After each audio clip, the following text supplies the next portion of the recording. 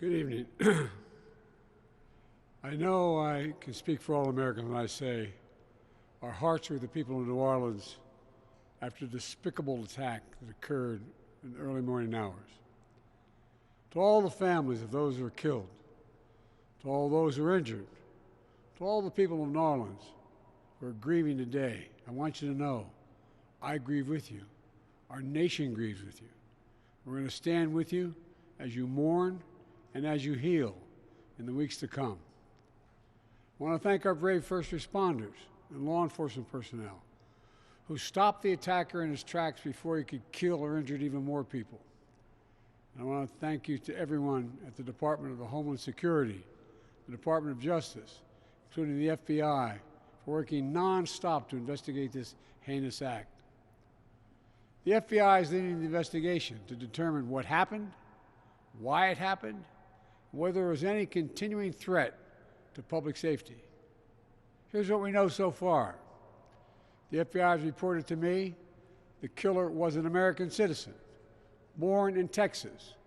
He served in the United States Army on active duty for many years. He also served in the Army Reserve until a few years ago. The FBI also reported to me that mere hours before the attack, he posted videos on social media indicating that he was inspired by ISIS, expressing a desire to kill, The ISIS flag was found in his vehicle, which he rented to conduct this attack.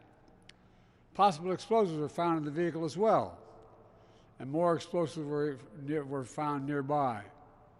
The situation is very fluid, and the investigation has a preliminary stage. And the fact is that right now, there you go.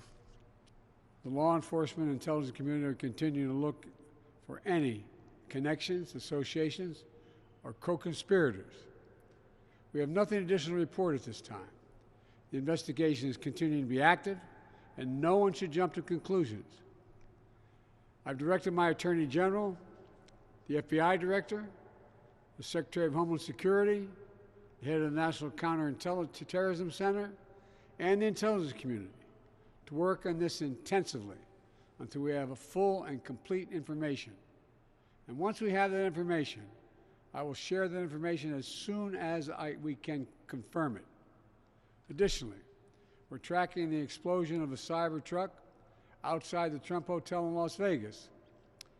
Law enforcement and the intelligence community are investigating this as well, including whether there's any possible connection with the attack in New Orleans. Thus far, there's nothing to report on that score at this time. I've directed my team to make sure every resource is made available to federal, state, and local law enforcement to complete the investigation in New Orleans quickly and to make sure there's no remaining threat to the American people. And we'll support the people of New Orleans as they begin the hard work of healing. New Orleans is a place unlike any other place in the world. It's a city full of charm and joy. So many people around the world love New Orleans because of its history, its culture, and above all, its people. So I know, while this person committed a terrible assault on the city, the spirit of our New Orleans will never, never, never be defeated. It always will shine forth. We've seen that time and time again throughout its history, and I know we'll see it again in the days and weeks ahead. May God bless the people of New Orleans. May God bless our police and our first responders. May God protect our troops, and we'll keep you fully contemporaneously informed. Thank you.